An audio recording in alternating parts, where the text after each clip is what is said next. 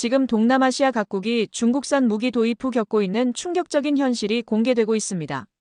말레이시아 공군 전투기 가동률 35%, 해군 중국산 함정 운용률 28%라는 참혹한 수치 앞에서 한 국방관리가 내린 결정이 있었는데요. 30% 저렴한 가격과 18개월 단축, 납기라는 달콤한 조건에 현혹되어 계약 직전까지 갔던 말레이시아가 마지막 순간 방향을 바꾼 이유는 무엇일까요? 하지만 충격적인 사실은 값싼 중국. 무기에 의존하던 국가가 붕괴 직전에서 선택한 대안이 바로 대한민국이었다는 점입니다. 과연 한국 방산업체는 어떤 차별화된 무기로 동남아 군사강국의 마음을 돌려놓았을까요? 잠시 후에 세계가 왜 이 문제에 주목했는지 차례대로 정리해드리겠습니다. 안녕하세요. 저는 말레이시아 국방부 항공전력 도입국 국장 라시드 알마이너스 하산입니다. 월요일 오전 9시 제 책상 위에 놓인 공군 현황 보고서를 펼쳤습니다. 첫 페이지에 적힌 숫자가 눈에 들어왔어요. 전투기 가동률 35%. 순간 숨이 막혔습니다. 손끝이 차갑게 식어갔죠. 보고서를 계속 넘기면서 더 충격적인 사실을 알게 되었습니다. 현재 보유한 18대 중 운용 가능한 기체는 겨우 6대였어요. 나머지는 부품 부족과 노후화로 경납고에 방치된 상태였습니다. 아미르 파이잘 중령이 문을 두드리며 들어왔습니다. 그의 표정도 어두웠어요. 국장님, 이대로라면 24개월 내에 방공 전력이 완전히 무력화됩니다. 그가 건넨 추가 자료를 살펴보니 상황은 더 심각했습니다. 정비 부품 재고는 바닥이었고 신규 도입 없이는 올해 말까지도 버티기 힘든 상황이었어요. 머리가 띵했습니다. 국가 안보의 핵심 축이 무너져가고 있었죠.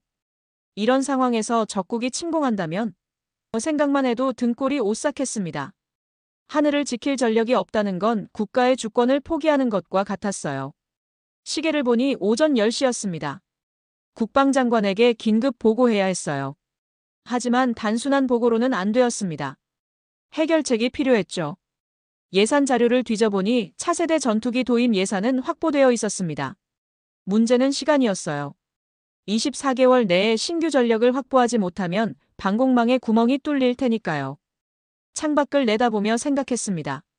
날지 못하는 전투기는 이미 없는 전력입니다. 이 위기를 어떻게 헤쳐나가야 할까요? 시간과의 싸움이 시작되었습니다.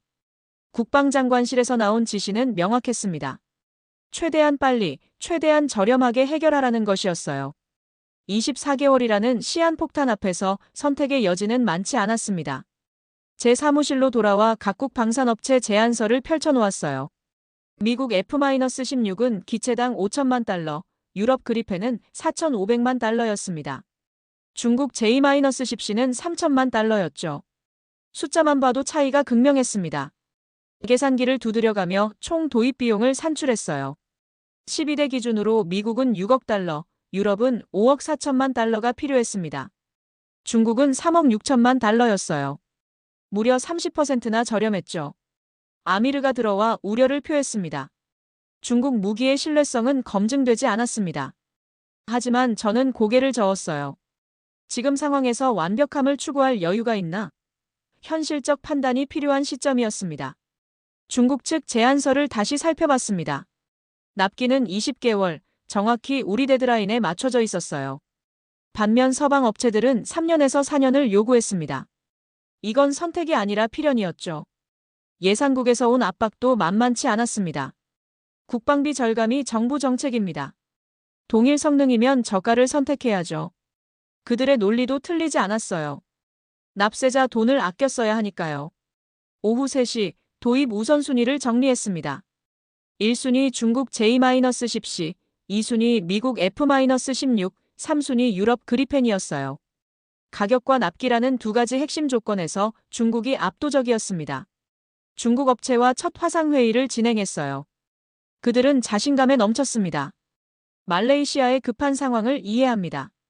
우리가 최적의 솔루션을 제공하겠어요.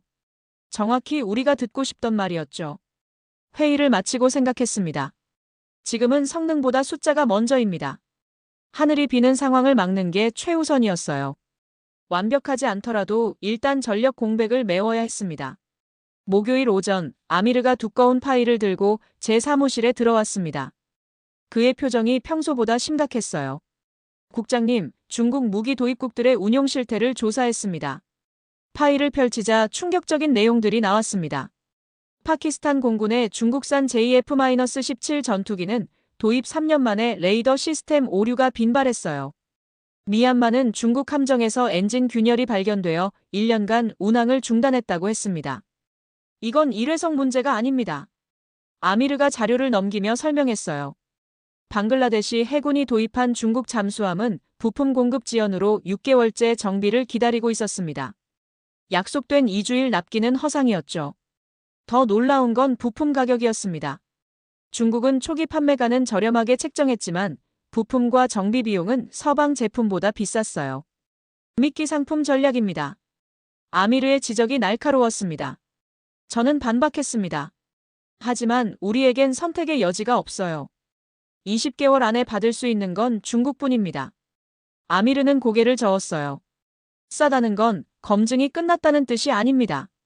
오후에 중국 업체와 두 번째 화상회의를 했습니다. 저는 아미르가 제기한 우려사항들을 전달했어요. 중국 측 대표는 여유로운 미소를 지으며 답했습니다. 그런 문제들은 모두 해결되었어요. 기술이 업그레이드 되었거든요. 하지만 구체적인 증빙 자료는 제시하지 않았습니다. 영업기밀이라 공개할 수 없다는 말만 반복했어요. 뭔가 석연치 않았지만 다른 대안이 없었습니다. 아미르는 마지막으로 경고했습니다. 실전 검증이 영년인 무기를 도입하는 건 도박입니다. 하지만 저는 이미 마음을 굳혔어요. 위험을 감수하더라도 전력 공백을 막는 게 우선이었습니다. 그날 밤 사무실에 혼자 남아 생각했습니다. 아미르의 우려가 이해되지 않는 건 아니었어요. 하지만 현실은 냉혹했습니다. 완벽한 선택보다는 가능한 선택을 해야 하는 상황이었죠. 금요일 오전 10시 중국 측에서 최종 제안서가 도착했습니다. 봉투를 뜯는 순간 눈이 번쩍 뜨였어요. 납기가 20개월에서 18개월로 단축되어 있었습니다. 우리 데드라인보다 6개월이나 빨랐죠. 더 놀라운 건 결제 조건이었습니다. 계약금 50%는 현금이지만 나머지는 파모일과 천연고무로 바터 거래가 가능했어요. 외환 부담을 대폭 줄일 수 있는 조건이었습니다. 즉시 예산국장에게 연락했습니다. 정말입니까? 파모일로 전투기를 살 수 있다고요? 그의 목소리에 흥분이 담겨 있었어요. 말레이시아 최대 수출품으로 무기를 구매한다는 건 예산 당국에겐 꿈같은 조건이었습니다. 국방장관에게 긴급 보고를 올렸어요. 이 조건이면 거절할 이유가 없습니다. 장관도 만족스러워했습니다. 정치적으로도 국내 농업을 지원하는 정책으로 포장할 수 있었거든요. 오후에 의회 국방위원회와 비공개 간담회가 있었습니다. 평소 국방비 증액에 반대하던 의원들도 이번엔 달랐어요. 현금 부담이 절반이면 찬성할 수밖에 없겠네요. 반대 목소리가 거의 사라졌습니다. 중국 업체는 추가 혜택도 제시했습니다. 조종사 훈련은 무료, 지상 지원 장비도 패키지에 포함이었어요. 총 사업비를 계산해보니 타 업체 대비 40%나 저렴했습니다. 아미르만 여전히 우려를 표했어요. 너무 좋은 조건은 함정이 있을 수 있습니다. 하지만 저는 확신에 차 있었습니다. 중국이 동남아 시장 진출을 위해 파격적 조건을 제시한 것으로 판단했거든요. 저녁에 중국 대표단과 만찬을 가졌습니다. 그들은 계약 체결에 대한 강한 의지를 보였어요. 말레이시아와 장기 파트너십을 원합니다. 이번이 시작일 뿐이에요. 미래 비전까지 제시했습니다. 그날 밤 집으로 돌아가는 길에 안도감이 밀려왔습니다. 18개월 후면 새로운 전투기들이 말레이시아 하늘을 지킬 거예요. 예산 부담도 최소화했고 정치적 리스크도 없었습니다.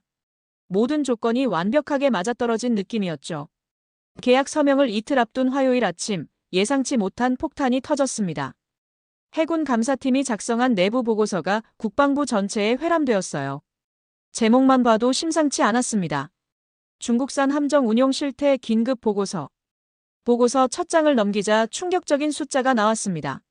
3년 전 도입한 중국산 호위함 4대의 현재 운용률은 28%였어요. 4대 중 겨우 한 대만 정상 작전이 가능한 상태였습니다. 더 자세히 읽어보니 참담했습니다. 주 엔진 냉각 시스템이 말레이시아 고온다습 환경에 적합하지 않아 과열이 빈발했어요. 레이더 시스템은 습도 80% 이상에서 오작동을 일으켰습니다. 열대 기후를 전혀 고려하지 않은 설계였죠. 부품 공급 문제는 더 심각했습니다. 약속한 2주일 납기는 허구였어요. 실제로는 3개월에서 6개월이 걸렸습니다. 중국 본토에서만 생산되는 특수 부품들 때문이었죠. 해군 정비팀장의 인터뷰가 압권이었습니다. 싸게 샀지만 쓸 수가 없습니다. 국가 예산으로 산 고철이나 다름없어요. 그의 절망적인 목소리가 보고서를 통해서도 전해졌습니다. 아미르가 제 사무실로 뛰어왔어요. 국장님, 이 보고서 보셨죠? 중국 무기의 패턴이 명확히 드러났습니다. 그의 얼굴에는 내가 그럴 줄 알았다는 표정이 역력했어요. 오후에 긴급회의가 소집되었습니다. 해군 감사팀장이 직접 브리핑했어요. 초기 도입비는 저렴했지만 총 운용 비용은 서방 함정보다 2배 이상 들었습니다. 가동률까지 고려하면 실질적으로는 3배죠. 국방장관의 얼굴이 일그러졌습니다. 그럼 지금까지 해군은 뭘 한 거야? 감사팀장은 고개를 숙였어요. 당시에도 우려가 있었지만 예산 절감 압박에 못 이겼습니다. 회의가 끝나고 사무실로 돌아오는 길에 머리가 어지러웠습니다. 해군의 전례가 공군에도 그대로 적용될 수 있었어요. 아니, 적용될 가능성이 높았습니다. 중국의 판매 전략과 사후 관리 패턴이 똑같았으니까요. 해군 보고서가 공개된 다음 날, 저는 중국 대표단과 긴급 화상회의를 소집했습니다. 화면 너머로 그들의 표정이 여전히 여유로웠어요. 하지만 저는 더 이상 참을 수 없었습니다. 해군 함정 사례를 보셨을 겁니다. 같은 문제가 전투기에서도 발생할 수 있어요. 제 목소리에 긴장이 배어 있었습니다. 중국 측 대표는 어깨를 으쓱했어요. 그건 해군 문제고 우리는 공군 장비를 공급하는 거 아닙니까? 저는 구체적인 보장을 요구했습니다. 가동률 70% 이상 보장해주세요. 부품 공급도 2주일 내 확실히 해주시고요. 중국 대표의 얼굴이 굳어졌습니다. 그런 조건은 계약서에 없었습니다. 그럼 계약 조건을 수정해야죠. 제가 단호하게 말했어요. 중국 측은 잠시 침묵했습니다. 화면이 꺼진 후 10분 정도 기다렸죠. 다시 연결되었을 때 그들의 태도는 완전히 달라져 있었습니다. 라시드 국장님, 이미 합의된 조건을 바꾸는 건 불가능합니다. 목소리가 차갑게 식었어요. 다른 고객들도 같은 조건으로 구매했는데 말레이시아만 특별 대우할 순 없죠. 제가 반박했습니다. 그럼 해군처럼 문제가 생기면 누가 책임집니까? 중국 대표는 서류를 뒤적이며 답했어요. 계약서 13조에 명시되어 있습니다. 천재지변과 사용자 과실을 제외한 제조사 결함만 보장합니다. 조항을 다시 읽어보니 함정이 있었습니다. 열대기후 적응 실패는 환경적 요인으로 분류될 수 있었어요. 부품 지연은 공급망 불가항력으로 변명할 수 있었습니다. 모든 책임을 회피할 수 있는 조항들이었죠. 위약금은 어떻게 됩니까? 제가 마지막으로 물었어요. 중국 대표는 냉소적인 미소를 지었습니다. 계약금의 50%입니다. 이미 지급받을 예정인 팜오일 값어치까지 포함해서요. 회의가 끝나고 머리를 감쌌습니다. 완전히 덫에 걸린 상황이었어요. 계약을 진행하면 해군과 같은 참사가 반복될 터이고 취소하면 막대한 위약금을 물어야 했습니다. 아미르가 조용히 말했어요. 이제야 중국의 진짜 얼굴을 보셨군요. 그의 말이 뼈에 사무쳤습니다. 저렴한 가격에 현혹되어 함정을 못 본 제 자신이 한심했어요. 그날 밤 잠을 이루지 못했습니다. 새벽 4시까지 천장만 바라보며 고민했어요. 아침 6시 결심을 굳혔습니다. 중국 계약을 중단하기로 한 거죠. 오전 9시 국방장관에게 긴급 보고를 올렸습니다. 중국 계약을 취소하고 대안을 찾겠습니다. 장관은 당황했어요. 위약금은 어떻게 할 건가? 저는 각오를 다졌습니다. 단기 손실보다 장기 재앙이 더 무섭습니다. 즉시 대한민국 방산업체에 연락했습니다. KAI 수출팀장과 화상회의를 잡았어요. 한국 측 반응은 의외였습니다. 급하게 연락 주셨네요.